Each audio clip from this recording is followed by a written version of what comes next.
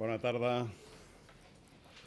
Comencem aquesta roda de premsa per comentar alguns temes de l'actualitat política del dia. La primera, ja coneixeran vostès que el grup parlamentari del Partit Popular de Catalunya hem entrat aquest migdia en el registre del Parlament la sol·licitud de dictamen al Consell de Garanties Estatutàries en relació al decret llei 4/2003 pel qual es constitueix o es pretén constituir una societat anònima de l'Institut Català de Finances. L'argument fonamental pel qual hem fet aquesta petició en el Consell de Garanties Estatutàries és per la discrepància amb l'ús de la figura del decret llei que, d'acord amb l'Estatut de Catalunya, és una eina que requereix per al seu ús justificar una necessitat extraordinària i urgent. Per part del nostre grup parlamentari creiem que no està suficientment justificat per part del govern que existeixi aquesta necessitat extraordinària i urgent per tal de tramitar aquesta conversió de l'Institut Català de Finances en una societat anònima a través de la figura del decret llei. Concretament, s'afirma que la reestructuració bancària espanyola i europea és el que justifica aquesta urgència. I certament la reestructuració bancària, tant espanyola com europea, no és recent. Ja fa algun any que està en marxa la reestructuració bancària i, per tant, això entenem des del nostre grup parlamentari que no justificaria la necessitat de la urgència d'aquest decret llei, per tant, podria ser tramitat com un projecte de llei ordinari. Òbviament, hi ha altres qüestions que ens motiven a presentar també o a demanar aquest dictamen. En primer lloc és el fet que es pugui considerar per part d'algunes forces polítiques del Parlament la constitució d'una banca pública catalana com a una estructura d'estat, però òbviament també la segona és que la possibilitat que en un hipotètic futur govern en el qual hi participi Esquerra Republicana, si sense tenir una banca pública hem arribat a la situació que hem arribat i que després m'hi referiré, doncs amb una banca pública no volem ni pensar el que podria arribar a passar. Després em referiré també al tema de les finances de la Generalitat. Segona qüestió que considerem important de tornar a comentar avui. Dic tornar perquè no és un aspecte novedós, és un aspecte que ja va sorgir en el debat de política general que ens va preocupar, que vàrem denunciar i que ara està prenent cos en la mesa de la funció pública de la Generalitat de Catalunya, és una vegada més el xantatge al que el govern de la Generalitat sotmet els treballadors públics i sotmet els drets dels treballadors públics. El govern de la Generalitat pretén negociar amb els treballadors un increment de l'IPC, és a dir, estan parlant d'un increment del 0,5% del salari del sou dels treballadors públics, però amb l'altra mà se'ls està negant un 7%, que és la paga extraordinària, que d'una forma, insisteixo, que nosaltres considerem absolutament immoral, utilitza el govern de la Generalitat com a eina de xantatge i com a moneda de canvi en relació a l'impost de dipòsits bancaris. Em permetran que els doni 3 dates, que és allò que ens permet dir que el govern de la Generalitat està sent deslleial, en aquest cas, en relació amb els treballadors públics de la Generalitat de Catalunya. I aquestes 3 dates són aquelles que determinen l'acord del govern de la Generalitat en relació a l'impost sobre dipòsits bancaris. I concretament les 3 dates són el 12 de novembre de 2012, quan el Tribunal Constitucional resol una petició en relació a l'aplicació de l'impost sobre dipòsits bancaris a la comunitat d'Extremadura i ho resol favorablement a la comunitat d'Extremadura, dient que és viable i és constitucional la imposició d'aquest impost. La segona data és el 30 de novembre de 2012, quan el govern de l'Estat, quan el ministre d'Hisenda, fruit d'aquesta sentència de 15 dies abans del Constitucional, manifesta la voluntat de posar aquest impost sobre dipòsits bancaris a tipus zero inicialment en el conjunt de l'Estat, i el 18 de desembre, que és quan el govern de la Generalitat adopta l'acord també per la figura del decret llei, figura discutida del decret llei de la imposició de l'impost sobre dipòsits bancaris. Per tant, el govern de la Generalitat posa l'impost sobre dipòsits bancaris en posterioritat a que el govern de l'Estat expressi, a través de la tramitació parlamentària d'una llei de mesures tributàries, expressi la voluntat de posar aquest impost sobre els dipòsits bancaris. Per tant, és a posteriori, no només es posa en evidència això, sinó que es posa en evidència que, mentre el text legal del govern d'Espanya diu que s'aplicarà amb data 1 de desembre, el text legal del govern de la Generalitat, fet a posteriori, diu que s'aplicarà amb data 30 de novembre. És a dir, que és un impost que es posa a posteriori amb l'únic objectiu de demanar al govern de l'Estat la compensació per un impost que la Generalitat mai, repeteixo, mai no ha cobrat. I ens diran, home, hi ha comunitats que sí reben compensació. Efectivament, quines? Andalusia i Canàries, que ja cobraven aquest impost, i Extremadura, que el va imposar l'any 2001 i va ser objecte de recurs en el Tribunal Constitucional. Però, per exemple, una altra comunitat que ho va acordar a posteriori, com va ser la comunitat d'Astúries, tampoc no té una compensació per l'impost sobre dipòsits bancaris. Per tant, l'ús d'aquest impost que la Generalitat exigeix irregularment, entenem des del Partit Popular de Catalunya, en el govern de l'Estat,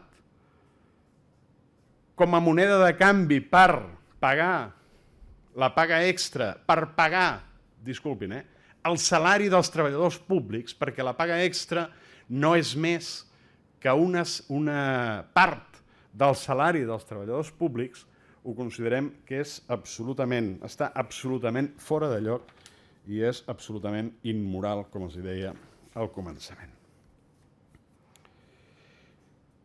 Tercer element que volíem comentar en el dia d'avui, en relació a les declaracions i a l'entrevista que ha fet el senyor Duran i Lleida en relació al procés que es viu a Catalunya. El primer que hem de dir al senyor Duran i Lleida és benvingut a la moderació i benvingut a la via del diàleg.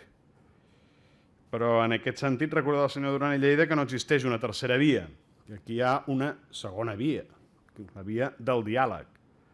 Efectivament, hi ha una primera via que no són dues. La via de l'immobilisme i la via del trencament no són dues vies diferents, és una sola via. És la via que ha adoptat el govern de Convergència i Unió. I davant d'aquesta via de l'immobilisme i del trencament que ha adoptat Convergència i Unió, hi ha no la tercera via, hi ha una segona via, que és la via del diàleg. I dir-li al senyor Duran i Lleida que constatem que en aquests moments qui dificulta aquest diàleg és precisament Convergència i Unió. Per cert, que el senyor Duran i Lleida és secretari general de Convergència i Unió. Però fixin-se que el portaveu del govern de la Generalitat, si m'ho permeten, utilitza ja el llenguatge de l'Infoca i s'atreveix a dir, en un context democràtic, no pots demanar la rendició de l'altre. Textual. Doncs, francament, això és el que ens dona la impressió que el senyor Homs i el govern de Convergència i Unió pretenen en aquesta no negociació que tenen en relació a una consulta sí o sí. Clar, m'imagino que això de la consulta sí o sí deu ser el diàleg que coneix el senyor Homs, deu ser la forma de diàleg que coneix Convergència i Unió. Doncs demanar-li al senyor Homs que, com a mínim, miri en el diccionari el significat de la paraula diàleg, miri també en el diccionari el significat de la paraula rendició, recomanar-li una mica més d'humilitat i que només amb humilitat i només amb honestedat serem capaços tots plegats de sortir d'aquesta situació en la que el senyor Homs té una part de responsabilitat important i el govern de Convergència i Unió, per extensió, evidentment, d'haver-nos posat. Si estem en carrerons sense sortida és perquè algú ens hi ha posat. Per tant, segurament no estaria de més demanar amb aquells que ens han portat en un carreró sense sortida que col·laborin en treure els catalans i les catalanes d'aquest carreró sense sortida.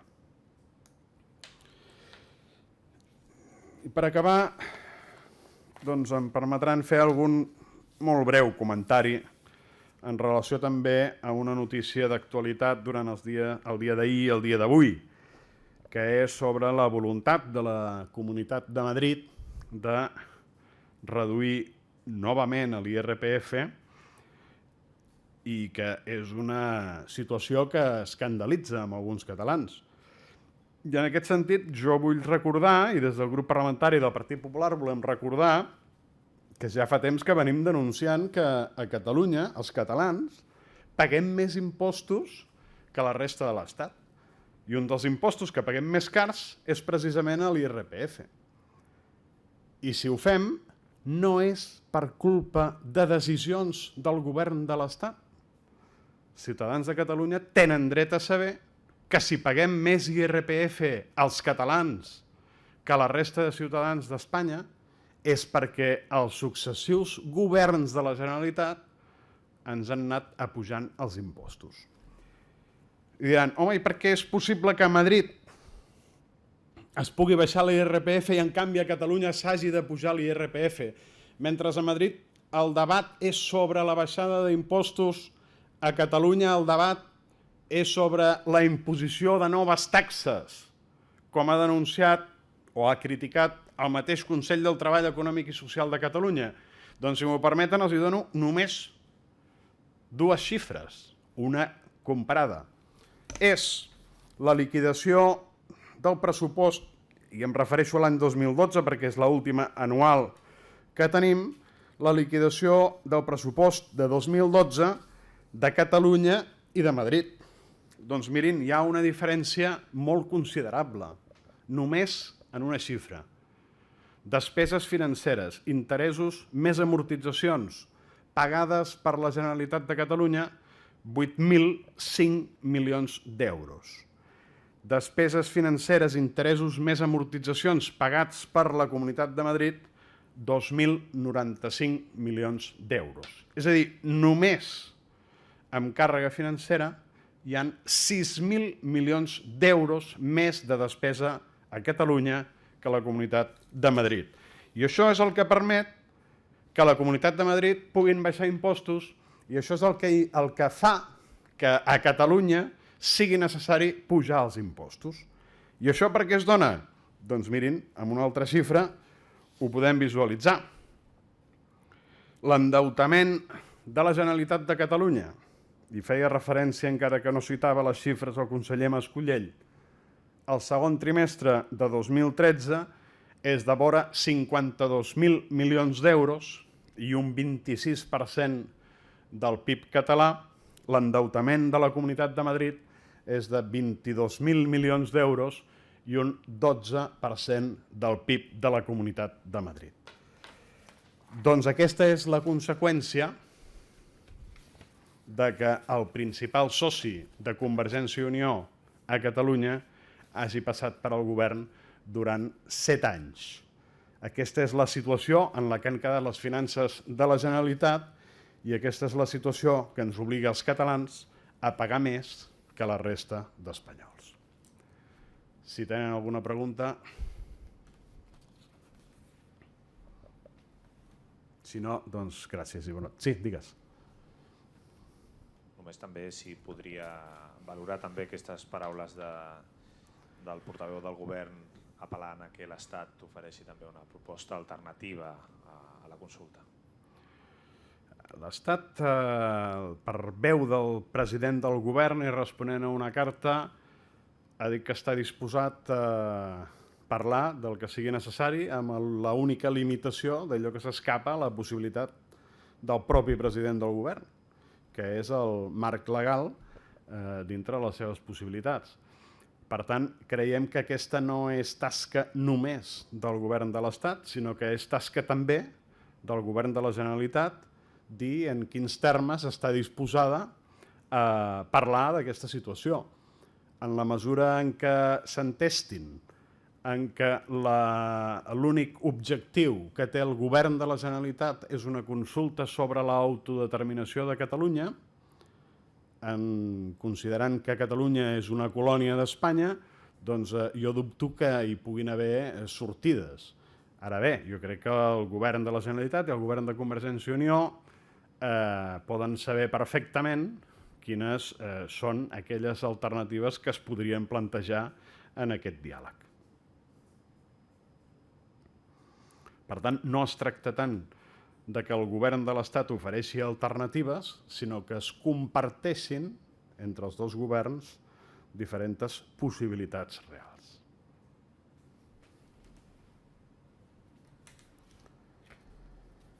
Molt bé, gràcies.